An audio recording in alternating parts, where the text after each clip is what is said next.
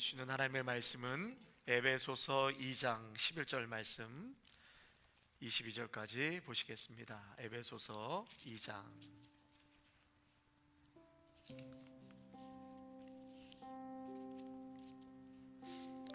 에베소서 2장 11절에서 22절까지의 말씀, 우리 한 절씩 하나님의 말씀 교독하도록 하겠습니다. 그러므로 생각하라. 너희는 그때의 육체로는 이방인이요 손으로는 육체 행한 할례를 받은 무리라. 칭하는 자들로부터 할례를 받지 않은 무리라. 칭함을 받는 자들이라.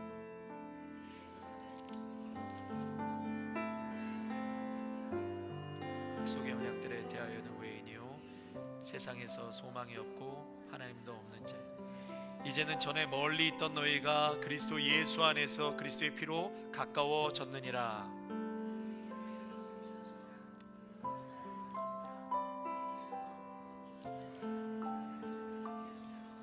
법조문으로 된 계명의 율법을 폐하셨으니 이는 이 둘로 자기 안에서 한 새 사람을 지어 화평하게 하시고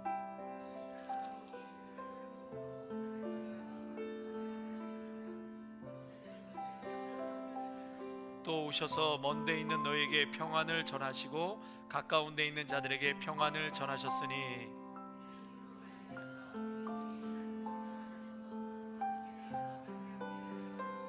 그러므로 이제부터 너희는 외인도 아니요 나그네도 아니요 오직 성도들과 동일한 시민이요 하나님의 권속이라.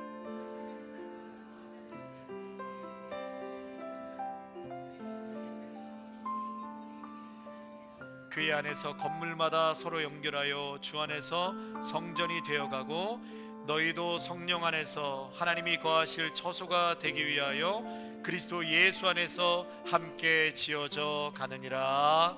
아멘. 하나님의 귀하신 말씀이었습니다. 할렐루야. 오늘도 귀한 예배의 자리에 오신 성도님들 환영합니다. 축복합니다. 잘 오셨습니다. 우리 옆에 계신 분들 한번 바라보시면서 반갑습니다. 하나님께서 당신을 너무나도 사랑하십니다. 우리 한번 인사하실까요? 예, 우리 김 집사님 이렇게 처음 저에게 방문하셨는데 뜨거운 박수로 한번 좀 환영하겠습니다. 우리 집사님 환영합니다. 네. 제가 그때 몸이 좀 편찮으셔서 저희 함께 또 기도했던 우리 귀한 집사님이신데 오늘 또 이렇게 함께 예배 나오셔서 너무나 반갑고 또 환영합니다, 집사님. 네, 건강하게 모습으로 뵈니 얼마나 감사한지 모르겠습니다. 네. 예, 우리 한번 오늘 제목 따라 하실까요? 교회는 한 몸이다. 교회는 한 몸이다. 사랑하는 성도 여러분, 하나님께서 우리 아름다운 교회를 너무너무 사랑하십니다. 믿습니까? 우리는 그것을 정말 몸소 체험했습니다. 하나님께서 우리 교회를 얼마나 사랑하시는지 예전에 미처 몰랐네. 그렇게 사랑하시는지를 예전에 미처 깨닫지 못했네. 예, 아름다운 교회를 사랑하신다는 것은 결국은 누구를 사랑하신다는 것이죠? 여러분 한 분 한 분을 사랑하신다는 것입니다. 우리가 교회이기 때문에. 여러분, 교회 건물이 교회가 아니에요. 저와 여러분 한 분 한 분이 교회이고 하나님께서 이번에 이러한 여러 가지 일들을 통하여서 여러분들, 우리 성도님들을 얼마나 사랑하시는지, 얼마나 우리가 사랑이라는 단어로도 담을 수가 없어요. 너무나 감격스럽고 또 거기에는 이 부모의 자식을 향한 애절함 그리고 사랑, 그거로도 담을 수도 없어요. 정말 이루 말할 수 없는 우리를 향한 하나님의 그 사랑이 우리 아름다운 교회 여러분들에게 농축되어 있음을 믿으시기를 축복합니다. 우리 주님을 사랑하시고 여러분 더 주님을 사랑하시고 순종하셔서 여러분 앞에 놓여있는 이 주님의 능력, 또 주님의 치유하심, 주님의 회복 그리고 권세를 여러분 다 누리시기를 축복합니다. 여러분 앞에 다 놓여 있습니다. 이제 받아 누리시면 되는 거예요. 그것은 여러분의 몫이에요. 다 떠서 먹일 수는 없어요. 여러분 앞에 놓여 있는 것, 상처져 있는 것, 아멘 아멘 받아 드시고 순종하심으로 여러분 복을 누리시기를 바랍니다. 우리가 지난주부터 계속 교회란 무엇인가에 대해서 말씀을 나누고 있습니다. 그래서 교회는 하나님의 몸이고 하나님의 능력이고 실제로 하나님이 함께 하시고 일하신다고 그러셨어요. 교회는 우리가 생각하는 것 이상으로 너무나 참 하나님의 뜻이 담겨져 있는 곳이고 비전이 있는 곳이고, 우리가 함부로 쉽게 이렇게 생각하거나 상대할 곳이 아니다. 교회는 너무너무 위대한 곳이고, 때로는 교회를 생각할 때 여러분 두렵고 떨리는 마음도 있으시기를 바랍니다. 그래서 하나님 앞에 나와서 예배 드리실 때 물론 여러 가지 일들로 인해서 또 힘들고 피곤하고 또 깨어진 마음도 있지만, 여러분 있는 그대로를 나오셨을 상관없어요. 하나님께서 그 모습 그대로 받으십니다. 아멘이십니까? 그리고 또 하나는 우리가 더 예배를 드릴 때 사모함이 필요합니다. 더 사모하시고, 하나님 오늘도 은혜를 주실 줄로 믿고, 하루 전날부터 여러분 잘 예배도 준비하시고, 또 우리가 여러 가지 준비할 것도 있잖아요. 이런 것들도 성심성의껏, 여러분 그냥 시간 내서 대충 하면은 안 되는 것이에요. 큰일 납니다. 하나님 앞에서. 여러분 정말 성심성의껏 예배도, 우리의 준비도 잘 준비하셔서 하나님 앞에 나와서 예배 드릴 때 거기에 치유의 역사, 성령의 역사, 놀라운 회복의 역사가 임할 줄로 믿습니다. 여러분 교회가 무엇입니까? 교회는 건물을 의미하는 것이 아닙니다. 교회는 사람들이 만든 어떤 기관도 아닙니다. 저를 따라 하실까요? 교회는 하나님의 집이다. 하나님의 집인 거예요. 여러분 그렇게 생각하면 완전히 달라요. 교회가 하나님의 집이다, 하나님이 거하시는 곳이다, 하나님이 이곳에 지금 함께 하신다, 그 하나님을 내가 지금 어떻게 상대하느냐, 이게 이제 완전히 태도가 바뀌는 것이죠. 여러분 교회는 삼위일체 하나님께서 교회 안에 거하시고 지금 이곳에 임재하고 계시고 우리의 예배를 받고 계세요. 여러분의 어떠한 태도와 중심으로 나오는지 알 수 없지만 하나님은 그 중심과 폐부를 살피신다고 말씀하셨거든요. 그러니까 여러분 똑같이 나와 계시지만 어떤 분은 은혜 흠뻑 받고 돌아가는 분도 있는가 하면은 어떤 분은 왔다가 그냥 갈 수도 있어요. 절대로 우리가 그렇게 돼서는 안 될 것 같습니다. 여러분 이 하나님이 이곳에 온전히 함께 하시고 거하신다라는 걸 생각하면, 이 사실을 우리가 온전히 이해하지 못하면 우리 스스로가 교회를 큰 위험에 빠뜨리게 할 수도 있다. 왜냐하면 우리가 교회를 대하는 태도가 하나님이 거하시는 집을 대하는 태도가 되기 때문에 그렇습니다. 여러분 정말 하나님이 함께 하신다는 걸 믿으시죠? 반드시 이곳에 하나님 임재하고 계세요. 두렵고 떨리는 마음으로 하나님 앞에 정성껏 중심을 다해서 예배하시고, 또 마음이 깨어진 심령, 아픈 심령은 오늘도 십자가 붙들고 하나님 치유해 주십시오. 하나님 내 마음의 어둠의 역사들이 몰아내 주시고, 내 육신의 질병도 하나님 예배 가운데, 말씀 가운데, 찬양 가운데 주님을 만남으로 치유받기를 소망합니다. 여러분 그 마음으로 적극적으로 하나님 앞에 나아가시기를 바랍니다. 2022년 이후부터요, 미국 내 교회들이 굉장히 많이 이렇게 공격을 당했다고 그래요. 2022년 이후에. 그래서 기물파손, 방화, 총기 사건 이런 것들 적대적인 행위가 교회가 2018년 이후부터 굉장히 급증했다라는 기록이 있는데, 여러분 누군가 우리 교회 건물을 막 부수고 훼손시킨다고 한다면 여러분 어떨 것 같으세요? 너무나 화가 날 거 아닙니까? 그렇죠? 아니에요? 미국 교회 건물에서 괜찮습니까? 아니죠. 여러분 하나님의 교회 건물을 누군가 막 훼손하고 부시고 이런다면 가만히 안 있을 거예요. 그렇죠? 경찰에 신고를 하든지 제재할 거예요. 여러분 근데 실제로 눈에 보이는 그러한 훼손이 없겠지만, 그러나 보이지 않는 그러한 훼손이 사실은 우리 안에 계속해서 벌어지고 있다는 것을 우리가 좀 영적으로 깨어서 봐야 될 필요가 있습니다. 실제로 교회는 마귀가 공격하는, 마귀의 공격의 1호 대상이 바로 교회인 거예요. 그래서 보이지는 않지만 계속해서 마귀는 교회를 공격하고 훼손하고 있다는 사실입니다. 마귀는 교회의 아름다움을 깨기 위해서, 어떻게 보면 그게 목적일 거예요. 그것을 깨기 위해서 다양한 각도로 공격하는데, 분쟁케 하고 교회를 나누게 하는 그 배후에는 분명히 마귀의 역사가 있습니다. 분명한 것이에요. 그 분쟁을 부추겨서 결국은 교회를 무너지게 함으로 우리가 오늘도 깨어 있을 수밖에 없다. 깨어 있어야 된다. 내가 그 분쟁의 도구가 되어서는 안 되는 것이죠. 여러분, 그 분쟁을 야기시키는 것 중에 뭐 여러 가지가 많겠지만 대표적인 게 뭐가 있을까요? 교회에 정치적인 논쟁이 아닌가 싶습니다. 교회 안에서 여러분, 교회를 분열시키는 요인 중에 이 정치적인 논쟁이 아주 한국 같은 경우는 굉장히 아주 심각하고요. 그래서 여러분, 교회 안에서는 여러분 이러한 정치적인 논쟁을 해서는 안 될 것이에요. 뿐만 아니라 고향 이야기, 고향. 여러분, 우리가 본문에서도 일단 살펴보겠지만 유대인과 이방인들 출신이 어디냐, 나 유대인이다 이방인이다, 이것 가지고선 수천 년간 싸우잖아요. 출신이 어디냐, 초대교회도 헬라파 유대인, 히브리파 유대인, 이것 가지고 막 갈등이 일어난단 말이죠. 어느 지역 출신이냐. 그래서 극심한 배타성이 이 교회 분쟁 안에 이미 초대교회에서도 있었고, 지금도 여러분 이란과 이스라엘, 사실은 그게 종교적인 분쟁인 거예요. 깊숙이 들어가면 수천 년 동안 흘러내려왔던 그러한 종교적인 분쟁이 지금도 있다는 것입니다. 여러분, 그것뿐만이 아니죠. 이 외에도 목회자의 어떤 부도덕한 모습도, 성도들 간의 어떤 다툼, 이런 것으로 인해서 교회가 깨지고 갈등하게 되는데, 여러분, 교회마다 사실은 이러한 분쟁과 문제가 없는 교회는 없습니다. 왜냐하면 다 사람들이 모이는 곳이기 때문에, 죄인들이 모인 곳이기 때문에 다 그런 문제들을 안고 있는 게 교회예요. 그럼에도 불구하고 교회가 하나 되는 것은 굉장히 놀라운 것이고, 성경에서 꼭 하나 되라고 말씀하셨습니다.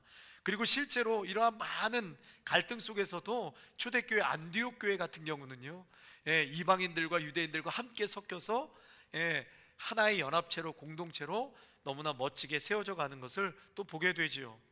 그런 아름다운 교회, 여러분 정말 우리 교회가 아름다운 교회잖아. 이름이 아름다운 교회, 그 아름다운 교회는 하나 되는 교회라고 생각합니다.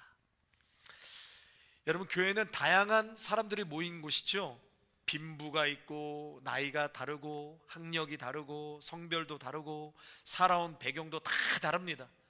그렇기 때문에 하나 되는 모습이 가장 아름답기도 하지만 동시에 가장 어려운 과제이기도 합니다. 그래서 오늘 말씀은요, 이 교회의 본질이 무엇인가, 교회란 무엇인가를 한번 우리가 살펴보고, 교회가 하나 돼야 한다, 이거는 분명한 숙제예요. 그 하나 되기 위해서 어떠한 것이 필요한가, 세 가지 조건에 대해서 우리가 말씀 나눔으로 우리 한 몸 이루는 우리가 체험했던 것처럼 뜨겁게 서로를 사랑하고 격려하는 그런 하나님의 나라를 또 이뤄가는 우리 아름다운 교회가 되기를 주님의 이름으로 축원합니다. 먼저는 교회의 본질을 보겠습니다. 본질은 우리가 오늘 에베소서의 말씀을 봤지만 이것과는 거리가 상당히 먼 역대하로 한번 올라가겠습니다. 역대하로 쭉 거슬러 올라가면 역대하 2장에 솔로몬이 성전을 건축하는 내용이 나오죠.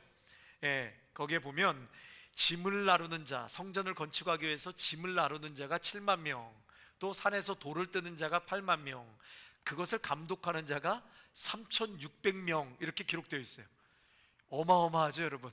성전을 건축하기 위해서 솔로몬이 짐을 나르는 자 7만 명, 산에서 돌을 뜨는 자 8만 명, 이것을 감독하는 자가 3,600명이래요. 솔로몬은요, 백향목으로 성전을 짓지요. 그 백향목을 어디서 가져오죠? 두로와 시돈에서 가져옵니다. 이 두로와 시돈이 지금 이스라엘이 전쟁하고 있는 레바논이에요. 레바논. 이 레바논에 두로와 시돈이 있고, 여기 출신이 누구냐면 그 유명한 북이스라엘 왕 아합 왕의 아내인 이세벨이 여기 출신인 거예요. 이세벨이 이 레바논. 그래서 여러분, 백향목 하면은 가장 따봉이 어디죠? 백향목, 레바논의 백향목이라고 하죠. 레바논의 백향목. 여러분, 코리아타운의 그 빌라델피아, 옛날의 빌라델피아 교회 유대인 성전인데요, 거기에 그 의자가 100년이 넘었는데 지금도 들어가면 그 향나무가 진하게 나요. 그게 백향목으로 이렇게 다 좌석을 만들었다고 얘기를 들었습니다. 아무튼 여러분, 솔로몬이 이렇게 하나님이 거하실 성전을 정말 너무너무나 멋지게 성전을 완공하고, 그러면서 솔로몬이 아주 의미심장한 말을 하는데 뭐라고 얘기하냐면, 내가 건축하려는 이 성전은 가장 크고 위대할 것이다. 왜냐하면 우리 하나님이 모든 신보다 크신 하나님이시기 때문에 그렇다. 이렇게 솔로몬이 고백하거든요. 그러면서 역대하 2장 6절에 이런 이야기를 나누죠. 우리 한번 같이 읽겠습니다. 시작. 누가 능히 하나님을 위하여 성전을 건축하리요. 하늘과 하늘들의 하늘이라도 주를 용납하지 못하겠거든 내가 누구이기에 어찌 능히 그를 위하여 성전을 건축하리요. 그 앞에 분향하려 할 따름이니이다. 이렇게 성전 건축을 마치고선 이 고백을 하고 6장으로 넘어가서 봉헌식을 합니다. 그 봉헌식을 하면서 솔로몬이 이런 고백을 해요. 하나님께서 참으로 사람과 함께 땅에 거하시겠습니까? 하나님께서 하늘과 하늘의 하늘이라도 주를 용납하지 못하겠거늘 내가 건축한 이 집에 하나님을 모실 수 있겠습니까? 얼마나 더 그러할 수 있겠습니까? 그러니까 하나님은 이 성전에 담을 수 있는 분이 아니다, 이런 얘기를 하는 것입니다. 하나님이 무한하시고 어떤 건물 안에도 가두어질 수 없는 그러한 분이 우리 하나님이시다라는 것을 솔로몬은 성전을 건축하고 나서도 알고 있었던 것이죠. 그렇다면 여러분 한번 질문하겠습니다. 하나님은 어디에 계십니까? 하나님은 어디에 계신가요? 하나님께서 이 땅에 내려오신다면 과연 어디에 거하시기를 기뻐하실까요? 그 답은 이사야 66장 1절과 2절에 나와 있습니다. 한번 같이 읽겠습니다. 시작. 여호와께서 이와 같이 말씀하시되 하늘은 나의 보좌요 땅은 나의 발등상이니 너희가 나를 위하여 무슨 집을 지을 것이며 내가 안식할 처소가 어디냐. 내 손이 이 모든 것을 지었으므로 이 모든 것이 생겼느니라. 여호와의 말씀이니라. 그러나 내가 돌보는 자는 곧 마음이 가난하고 심령이 통회하며 내 말을 두려워하는 자니라. 아멘. 우리 하나님께서 어디에 거하신다고요? 겸손하고 회개하고 그 말씀 앞에 떨며 순종하는 자들 그 마음속에 자신의 집을 두기로 원하신다고 하시는 거예요. 우리 성도 여러분 모두가 이러한 심령이 되어서 날마다 하나님의 임재가 임하는 그러한 성전이 되시기를 축복합니다. 축원합니다. 어떤 집에 거하신다고요?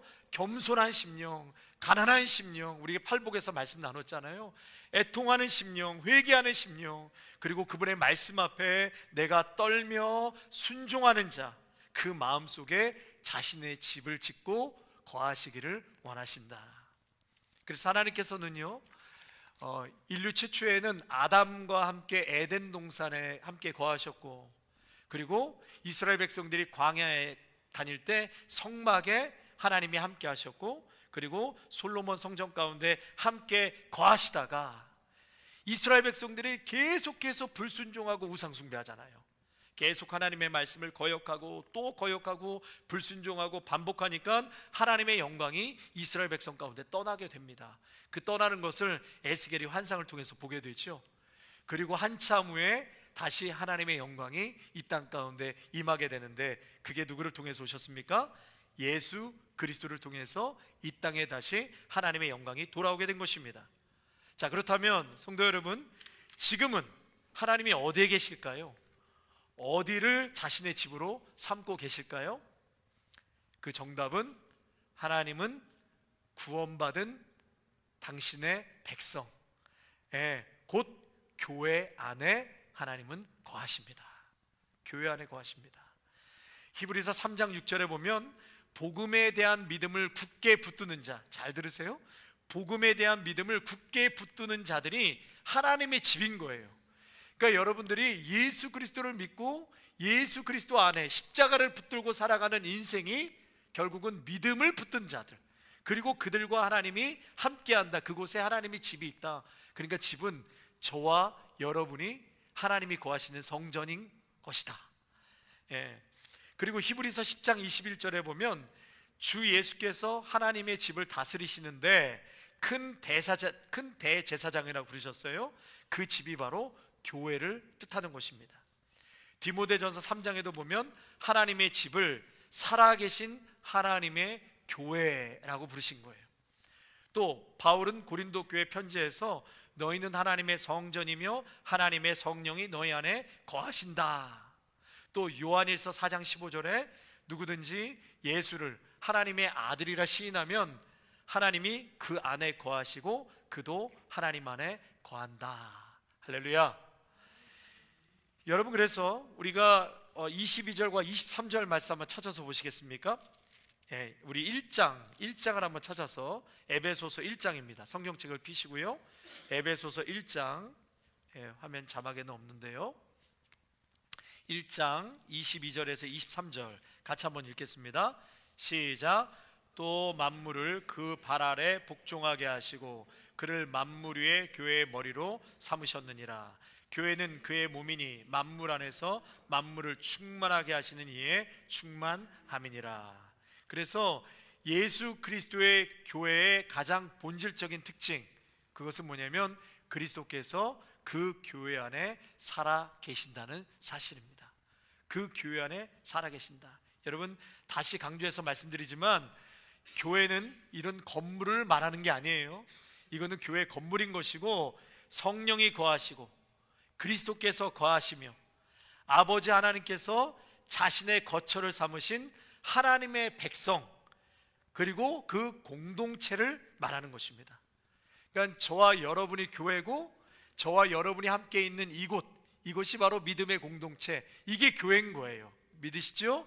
이 교회에 하나님이 임재하시고 함께 하신다. 이것이 하나님의 집인다는 것입니다.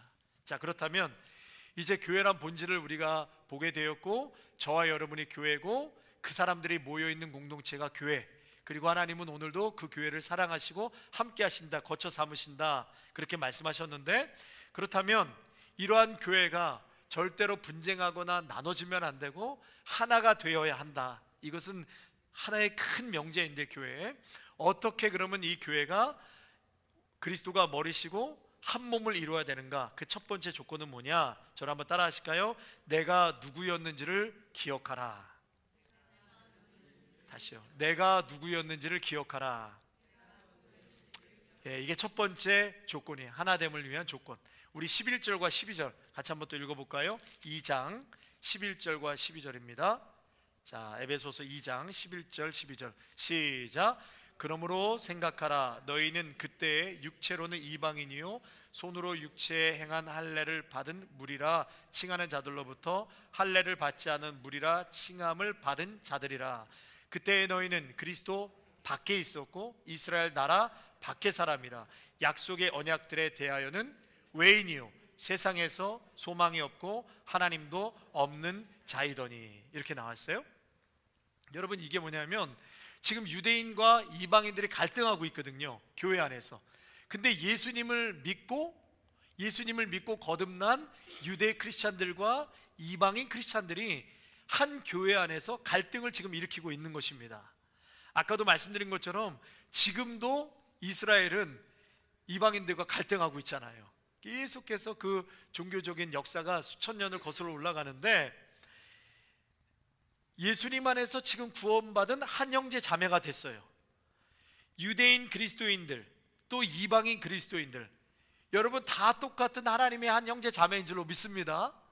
그런데 그 당시에 유대인 그리스도인들이 구원받은, 예수님 믿고 구원받은 이방인 그리스도인들에 대해서 뭐라고 하는 거예요. 여전히 저들은 유대교로 개종을 해야 되고 할례를 받아야 구원받을 수 있다. 그래서 예수 그리스도만 믿고서는 이방인들은 절대로 구원받을 수 없고 이 자리에 올 수 없다. 주님을 믿고 있으면서도 계속해서 그 주장을 하고 있는 것입니다. 그러니까 이런 것 때문에 이방인 그리스도인들이 화가 나기 시작한 거예요. 화가 나서 얘네들 왜 맨날 우리랑 이렇게 꼬투리를 잡고 예수님으로만으로도 구원받을 수 없다, 사도 바울이 가르쳐준 그 말씀에 따라 가고 있는데 왜 그렇게 하지 않느냐, 많이 화가 나 있는 거예요. 그러니까 사도 바울이 이방인 그리스도인들에게 뭐라고 지금 얘기하냐면, 너희들 잘 들어, 이방인 그리스도인들에게요, 그것으로 인해서 교회를 분열시키면 안 돼. 그것으로 인해서 교회를 분열시키지 말아라. 그러면서 하는 얘기가 뭐냐면, 먼저 너희가 어디서 출발하여 어떻게 건짐을 받았는지 기억하라. 지금 그 얘기를 하고 있는 것입니다. 이런 저런 문제로 인해서 교회를 분열시키고 일으키기 전에 반드시 하나님께서 너희들을 어디서 이끌어내셨는지를 기억하라는 거예요. 어디서 이끌어내셨는지를 기억하라. 그 정답이 12절에 나와 있잖아요. 그때 그때 너희는 그리스도 밖에 있었다. 그때의 너희가 어디에 있었는지 어떻게 했는지를 기억하라. 지금 그 얘기를 하고 있는 것입니다. 그때가 어떤 때예요? 어떤 때였죠? 그러면 2장 1절로 가셔야 돼요. 2장 1절. 그때가 어떤 때였는가? 2장 1절 같이 한번 읽어볼까요? 자막 없습니다. 시작. 그는 허물과 죄로 죽었던 너희를 살리셨도다. 그때가 어땠다고요? 허물과 죄로 죽었던 상태예요. 예수님을 만나기 전에는 허물과 죄로 죽었던 상태. 그리고 2절에 어떤 상태라고 되어 있죠? 2절 시작. 그때 너희는 그 가운데서 행하여 이 세상 풍조를 따르고 공중의 권세 잡은 자를 따랐으니 곧 지금 불순종의 아들들 가운데서 역사하시는 영이라. 그때는 어땠다고요? 허물과 죄로 죽었던 상태. 또 이 세상의 풍조를 따르고 공중 권세 잡은 자를 따르고 불순종의 아들들 가운데 역사하는 영을 따라 살던 상태. 그러니까 완전히 불순종, 죄와 본질상 진노의 자녀였던 상태. 3절 또 한번 읽어볼까요? 3절입니다 시작. 전에는 우리도 다 그 가운데서 우리의 육체의 욕심을 따라 지내며 육체와 마음에 원하는 것을 하여 다른 이들과 같이 본질상 진노의 자녀였다. 전에는 어쨌다고? 어떤 상태였다고요? 육체와 마음의 욕심을 따라 살던 상태, 본질상 진노의 자녀였던 상태, 그 상태였다는 거예요. 그것을 기억하라는 것입니다. 또 12절로 넘어와서 그때 너희는 그리스도 밖에 있었고, 그리스도 밖에 있었던 상태, 약속의 언약들에 대해서는 제외됐던 상태, 너희는 소망이 없는 상태였고 하나님도 없는 자들이었다. 너희가 예수님 믿기 전에는 어떤 자들이었는가를 기억하라는 것입니다. 교회의 분열을 일으키기 전에 무엇을 기억하라? 너희는 그리스도가 없는 삶이 있었다. 구원자가 없는 상태에 있었고 하나님의 백성의 공동체 밖에 있었고 하나님과 약속과는 전혀 관계없는 삶을 살고 있었다. 미래에 대한 소망이 없었다. 많은 우상을 섬기고 있었다. 바로 그런 상태에 있었다는 것이에요. 그래서 사도 바울은 이방인 그리스도인들에게 뭐라고 말하냐면 교회의 분열을 일으키기 전에 먼저 자신이 어디에서 나왔는지를 기억하라. 자신이 본래 어떤 존재였는지를 돌아보라. 사랑하는 성도 여러분, 우리가 믿음 생활하고 교회를 할 때 보면 여러 가지 불만이나 여러분 이방인들 그리스도인들과 같이 왜 그런 마음이 들지 않을 때가 있겠습니까? 근데 그럴 때마다 우리가 생각해야 되는 게 뭐라고요? 다시 돌아가야 돼. 내가 어디서 왔는지, 내가 얼마나 많은 은혜를 받고 이 자리까지 왔는데 이게 뭐라고? 아무것도 아닌데 누가 죽었습니까? 누가 큰 일을 당했습니까? 아무것도 아니에요. 하나님의 은혜를 생각하면 여러분 그것으로 인해서 교회를 어렵게 하거나 분열을 일으켜서는 안 된다. 그래서 어디서 왔는지를 첫 번째로 기억하라. 여러분 10명의 나병 환자 병 들었을 때는 똑같은 나병 환자였어요. 그런데 병이 낫고 나니까 어때요? 병이 낫고 나서부터는 그때서부터 너는 유대인이다 나는 사마리아인이다 이러면서 서로를 정죄하고 차별하기 시작하잖아요. 우리가 죄인 중에 괴수고 교회는 하나님의 은혜가 필요한 죄인들이 모인 곳, 병자들의 모임이다. 여러분 그렇게 생각하면 절대로 교회 안에서 누가 높고 누가 낮고 누가 틀렸고 누가 잘못됐다 말하기 쉽지 않다는 것입니다. 여러분 오늘도 교회는 유대인이나 이방인이나 하나로 연합된 공동체인 것입니다. 그래서 그 연합을 깨뜨리기 전에 하나님께서 너희를 그 절망적인 상태에서 끌어내어서 거룩한 나라로 옮기신 그 은혜를 반드시 기억하라. 사도 바울은 에베소 교회 성도들에게 첫 번째로 그것을 붙잡으라고 말씀하고 있습니다. 두 번째로 하나됨을 위한 두 번째 조건은 오직 십자가만을 붙드는 것입니다. 또 저를 따라 하시겠습니다. 오직 십자가만을 붙드는 것이다. 다른 것 없어요. 교회 안에는 오직 예수 십자가만을 붙드는 것입니다. 왜요? 십자가가 둘을 하나로 만들어 주셨기 때문에, 나눈 것을 화평을 하나로 하셨기 때문에. 여러분 가정에서도 우리의 마음이 깨지거나 나눠져 있으면 다른 것 없습니다. 십자가로 돌아오셔야 돼요. 십자가로 돌아오시면 그 가운데서 십자가 안에서 모든 것을 다 겸손하게 낮추고 엎드리면 그 다음부터 여러분 정말 얽혀있는 것들이 하나씩 둘씩 풀리게 되는 줄로 믿습니다. 바로 그 십자가, 그래서 13절에서 16절에 그 말씀을 하고 있는 것이죠. 우리 한번 또 화면을 보시거나 성경 보시면서 한번 읽겠습니다. 시작. 이제는 전에 멀리 있던 너희가 그리스도 예수 안에서 그리스도의 피로 가까워졌느니라. 그는 우리의 화평이신지라.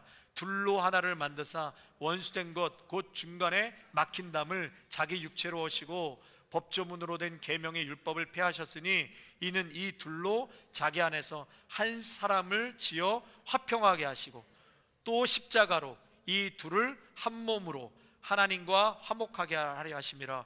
원수된 것을 십자가로 소멸하시고, 그러니까 둘로 나눠진 것, 깨진 것을 마귀는 깨지만 십자가는 하나가 되게 하신다. 그러니까 여러분, 교회 안에서는 오직 십자가만을 붙들어야 될 줄로 믿습니다.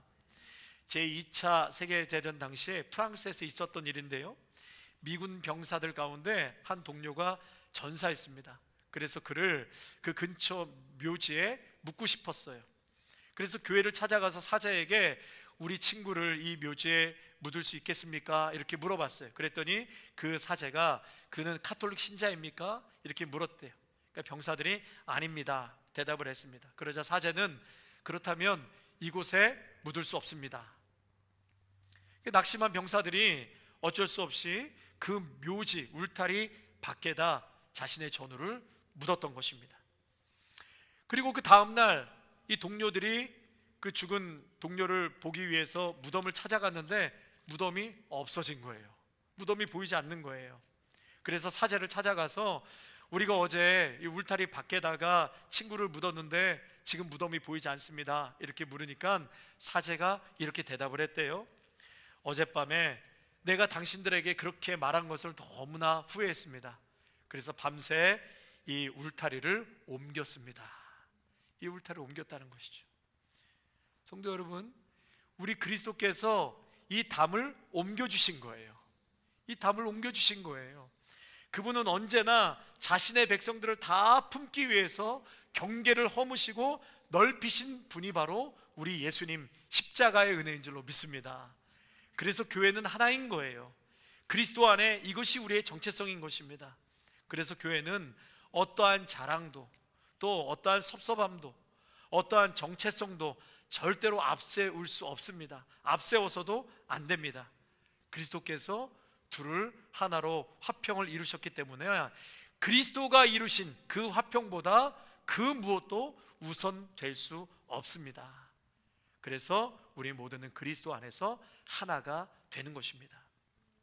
여러분, 내가 누구였는지 또 어디서 시작되었는지를 기억하고 십자가만을 붙드시기를 바랍니다. 마지막 세 번째로는 우리가 하나 되기 위해서 세 번째 조건은 성령 안에서 하나가 되어야 된다. 저를 따라 하실까요? 또 성령 안에서 하나가 되는 것이다. 18절에서 22절, 여러분 우리 18절 그리고 22절만 읽겠습니다. 18절입니다. 시작. 이는 그로 말미암아 우리 둘이 한 성령 안에서 아버지께 나아감을 얻게 하려 하심이라. 여기서 한 성령 안에. 22절입니다. 시작. 너희도 성령 안에서 하나님이 거하실 처소가 되기 위하여. 그래서 우리가 한 성령 안에 아버지께 나아가고 하나님이 거하실 처소로 함께 지어져 간다 그랬는데 결국은 뭐라고요? 교회는 성령 안에서. 성령 안에서. 여러분, 하나됨은 인간적인 노력으로는 반드시 한계가 있어요. 우리가 어찌 하나됨을 이뤄갈 수 있겠습니까, 여러분? 오늘도 하나 되겠다고 결심하지만 조금만 우리가 마음이 불편하면 하나님이 금방 깨지잖아요. 그러니까 여기서 지금 뭐라고 말씀한 17절 22절에 성령 안에서 하나됨을 이루어 가셔야 돼요. 여러분 믿으십니까? 성령 안에서 이루어요. 성령의 역사로 하나됨이 가능한 것입니다. 여러분, 예수 그리스도께서 모퉁이 돌이 되시고 또 사도들과 선지자들이 기초가 되어서 성도들은 서로 연결되어 한 성전을 이루어간다 그랬어요. 이 과정에서 교회는 성령을 의지할 때만이 교회가 온전히 세워지는 줄로 믿습니다. 성령을 의지하시기를 바랍니다. 성령께서 역사하시면 우리 자신을 내려놓게 되고 서로를 받아들이게 되고 그때 비로소 새 생명과 부흥의 역사가 시작되는 줄로 믿습니다. 교회는 반드시 성령을 사모하셔야 돼요. 성령의 충만함을 기도하셔야 돼요. 아멘이십니까? 여러분, 그럴 때 교회가 부흥하고요, 그럴 때 교회에 하나님의 일하심을 더욱더 경험하게 되는 것입니다. 여러분, 이러한 이유로 이제 우리는 서로를 대하는 태도가 매우 중요한데 더 신중해야 합니다. 서로를 대하는 태도를 더욱더 신중하게. 교회는 단순한 모임이 아니라 하나님이 거하시는 성전이기 때문에 그렇습니다. 아까 전반부에 말씀드린 것처럼 하나님이 거하시는 성전, 교회, 우리 성도님들 한 분 한 분이 그리스도를 품고 계세요. 그러니까 그리스도를 대하는 거예요. 우리가 그리스도를 대하듯이 더 신중하게, 그렇게 서로를 대해야 된다. 여러분, 성도님 한 분 한 분이 그 안에 그리스도가 계시기 때문에, 그래서 교회를 어떻게 대하느냐, 결국 그것은 내가 주님을 어떻게 대하느냐, 이 태도인 거예요. 우리가 교회를 어떻게 생각하느냐, 내가 주님을 어떻게 생각하느냐, 그 태도가 있는 것입니다. 내가 교회를 조롱한다든지, 교회에 대해서 비난한다든지, 교회에 대해서 아무렇지도 않게 생각한다는 것은 여러분, 결국은 내가 그리스도를 조롱하는 것이고, 그리스도를 비난하는 것이고, 그리스도를 두려워하지 않는 것입니다. 성도 여러분, 하나님은, 우리 주님은 오늘도 우리 아름다운 교회를 너무나도 사랑하시고 축복하고 있어요. 여러분들을 꽉 끌어안는 정도가 아니라 몸이 터져나갈 정도로 우리를 꽉 끌어안아 붙들고 계세요. 여러분, 그런 하나님이 계신데 내가 지금